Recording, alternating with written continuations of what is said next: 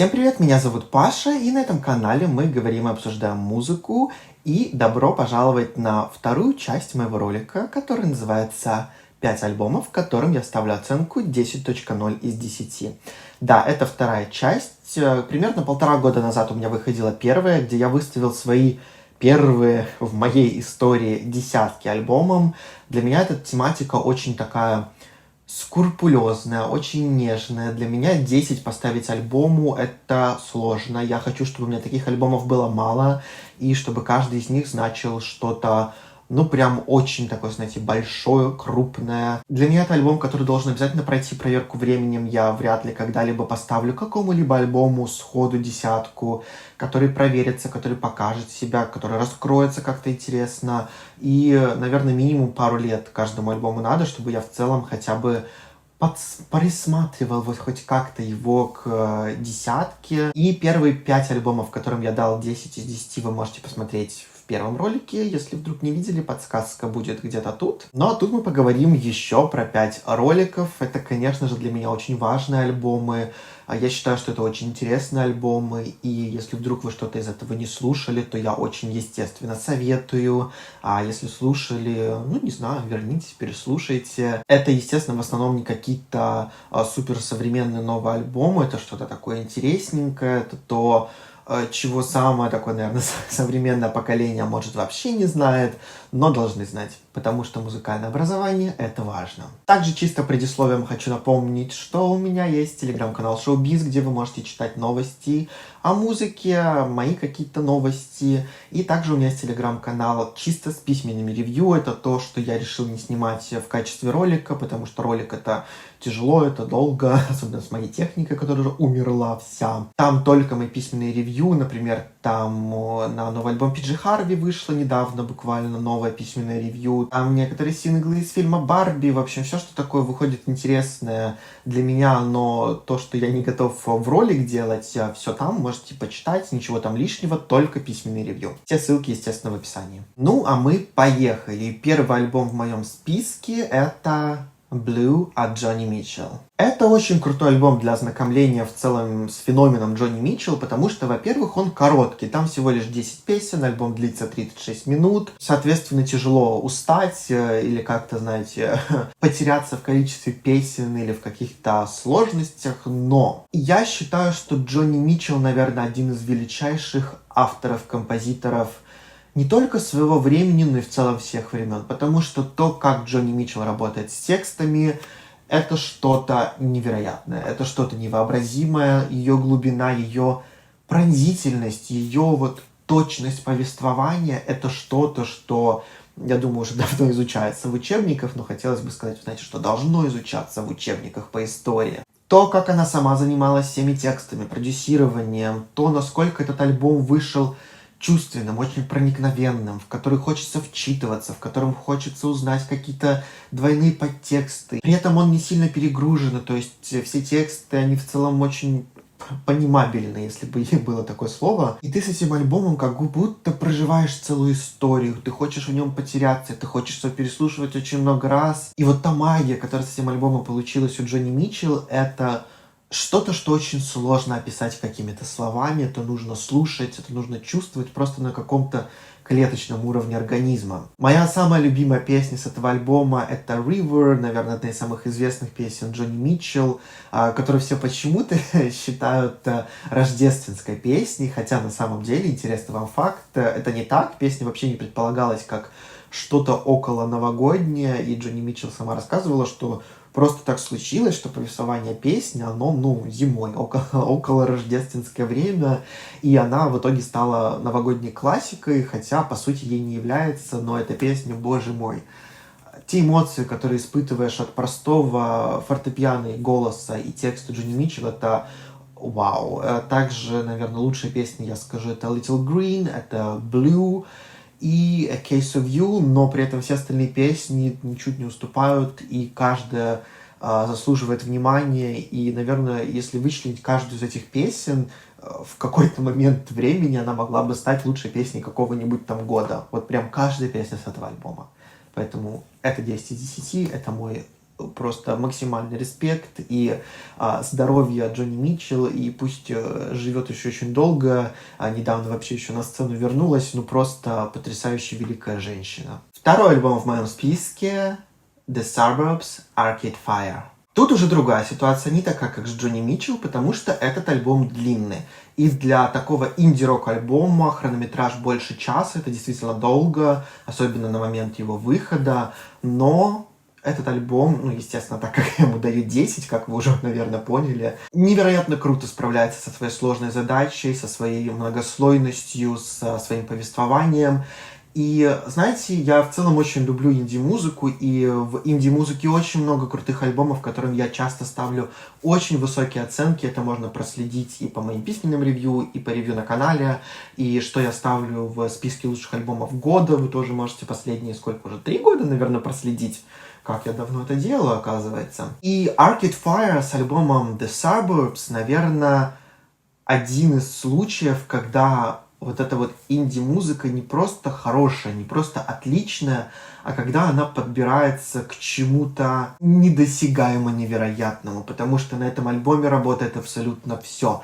Каждая песня, каждый смысл, каждый подтекст, полное вот это настроение, то, как они в 2010 году, альбому, на секундочку, 13 лет, как они круто использовали тему ностальгии, как они пошли в обыгрывание музыки, такой рок-музыки 70-х, 80-х. Это то, что очень модно было бы сейчас, последние 5 лет, а они делали это 13 лет назад и делали это настолько круто, настолько своеобразно, настолько проработанно, это настолько хорошие тексты, которые кажутся даже для тебя очень личными. Это вот что-то, что ты можешь прожить вместе с ними, несмотря на то, что это история как бы других людей. Лучшими на этом альбоме я бы назвал песни Suburban War, The Suburbs, она первая, по-моему, на альбоме. Proud to, Deep Blue, Empty Room. Но, опять же, несмотря на то, что альбом длинный, опять же, каждая песня заслуживает внимания.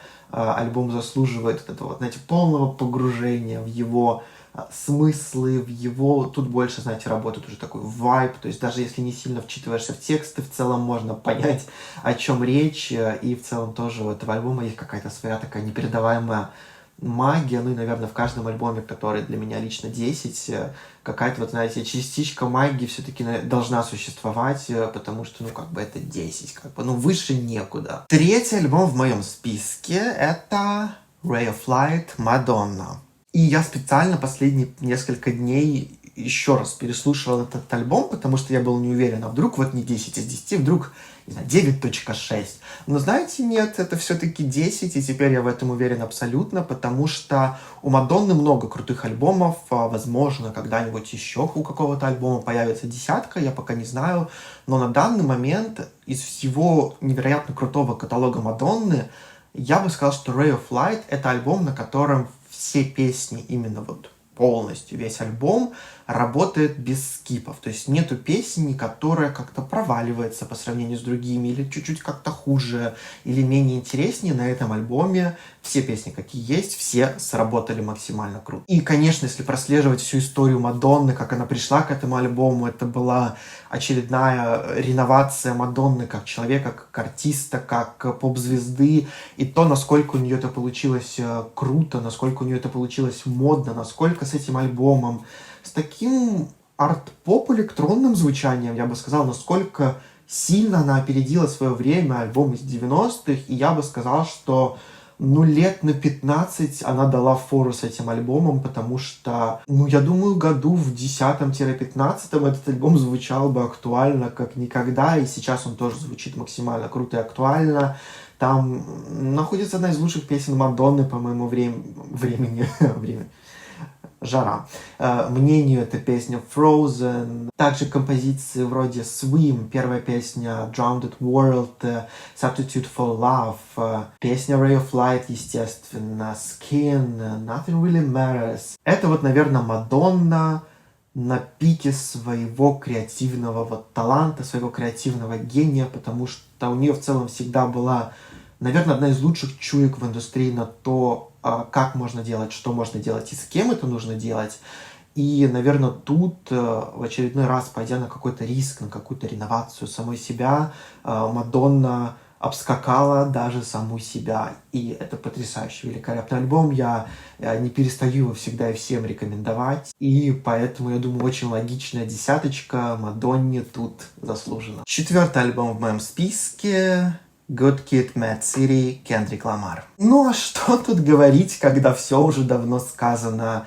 Кендрик Ламар, Good Kid, Mad City — это невероятно глубокое изучение культуры. Опять же, как я уже говорил, и, по-моему, не раз на своем канале, Кендрик, который выступает рупором своего поколения, своих людей, его проработка тем, его честность, его открытость — это все, не может не вызывать какого-то респекта, это не может не поражать, насколько все это у него круто сплетается с музыкой, насколько это все работает как цельная пластинка, как очень политический такой манифест, как заявление. В целом, Кендрик, я, наверное, такую скажу очень поверхностную вещь, потому что рэп-музыка, она очень разнообразная, она очень крутая, там очень много личностей, но в целом, наверное, когда в 90-х мы начали уходить от такого гангста-рэпа, естественно, Тупак был одним из таких первых людей, который стал закладывать какую-то повестку в рэп-музыку.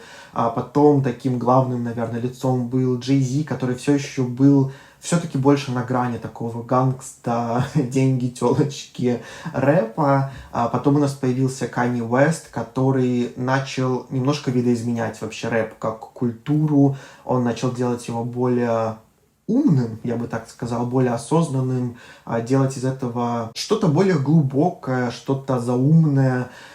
И, понятно, было очень много имен между этим. Я и говорю про самые, такие, знаете, главные имена, которые были мейнстримные, двигали вперед рэп-культуру. И вот, наверное, после Канье, который перестал, наверное, что-то конкретно глобальное изобретать после альбома «Yeezus», у нас вот как раз в это же время появился Кендрик лето, жара, мозг не работает, Кендрик Ламар и его альбомный ран, вплоть до его последнего на данный момент альбома Mr. Merle and the Big Steppers. Это невероятно крутое путешествие, это артистический рост, это умение раскрыть тему, измениться самому и как-то поменять вместе с этим своего слушателя и в целом общество. Это что-то, что-то вот вне рамок логики и понимания. И мне очень интересно, кто будет следующим, потому что Кендрик уже заметно, что, скажем так, все, что он хотел сказать именно, знаете, такого в общество важное, он уже сказал. Сейчас он больше работает над собой как человеком, и мне очень интересно, кто будет вот таким следующим рупором рэп-поколения и кто станет таким вот новым звеном в этой цепочке. Ну а Good Kid, Mad City — это 10 из 10. Ну и 5-й альбом в моем списке на сегодня — это Hounds of Love, Кейт Буш. Я думаю, эту десятку можно было предсказать от меня, если вы читаете меня или слушаете, или хоть немножко знаете. Кейт Буш, этот альбом, это, идеал идеалов, с идеальными песнями, с идеальным повествованием, с идеальным звуком, с идеальной историей, с идеальной повесткой, потому что, если вы вдруг не знаете, Кейт Буш, Hounds of Love — это альбом, который полностью написан, спродюсирован самой Кейт Буш, и в то время это было что-то из ряда вон выходящее. Джонни Митчелл была, с другой стороны, тоже таким вот артистом, и поэтому их музыка так важна и так ценится, потому что, такое делать в 80-е, это было смело, это было круто, это вот та повестка, которая в то время еще не принималась обществом так нормально и так правильно, как сейчас. Но и сам альбом Кейт Буш выдала нам просто идеальные композиции. Естественно, Running Up That Hill. Спасибо очень странным делам, что вот эта песня, этот альбом получили действительно, вторую жизнь благодаря такому вот хайпу и тому, что это стало песней из ТикТока. Это, конечно, забавно. Но я знаю, что очень многие люди, даже только от этой песни оттолкнувшись, пошли послушать альбом, и они поняли, что песни вроде The Big Sky, Hounds of Love, Cloudburst, Hello Earth ничем не хуже. И в целом весь альбом — это потрясающе интересное путешествие музыкальное, текстовое, лирическое. И тот факт, что этот альбом 1985 года звучит вполне современно. Даже сейчас понятно, что не именно там запись, конечно, с того времени много чего изменилось, но представьте, что если это сейчас отполировать на современной какой-то машине, этот альбом спокойно бы мог выйти сейчас и быть, модненькой пластинкой. Я думаю, это очень много говорит об альбоме, который, ну, написан был сколько? 85? 30 с чем-то лет назад. И тут тоже нет ни одной песни, которая хоть как-то сбавляет градус или кажется слабее, чем все остальные. Это вот альбом какого-то наполненной энергии, когда это громко и весело, это счастливые какие-то вот моменты, которые хочется пережить вместе с этими песнями, включить это в какой-нибудь, не знаю, поездке крутой. Он, ну, наверное, не зря та же Running Up That Hill стала саундтреком, он такой достаточно кинематографичный, как я считаю, и просто без всяких сомнений для меня это 10.0 из 10. Ну и вот такой у меня для сегодня... Ну и вот такой у меня сегодня для вас список 5 альбомов, точнее еще 5 альбомов, которым я ставлю оценку 10.0 из 10. Наивысшая оценка, выше некуда. Для меня это вот пик совершенства, пик артистического мастерства. Это вот то, что сильно превзошло даже все хорошее, потрясающее, что делали другие. Потому что такие альбомы, ну, наверное, на века. Ну и обязательно напишите в комментарии, слушали ли вы какой-то из этих альбомов. Если да, то какое ваше мнение. Если нет, то какое описание вас больше заинтересовало, что вы пойдете и послушаете. Я надеюсь, что вы пойдете и послушаете. Тогда я считаю, что моя миссия выполнена. Если вы хотя бы с каким-то одним альбомом решите ознакомиться, пишите ваше мнение, что вы вообще думаете. Мне будет очень интересно почитать, пообщаться с вами в комментариях. Не забудьте поддержать ролик вот этим вот всем. Вот. А у меня, пожалуй, на сегодня все. Всем спасибо за просмотр. Всем пока.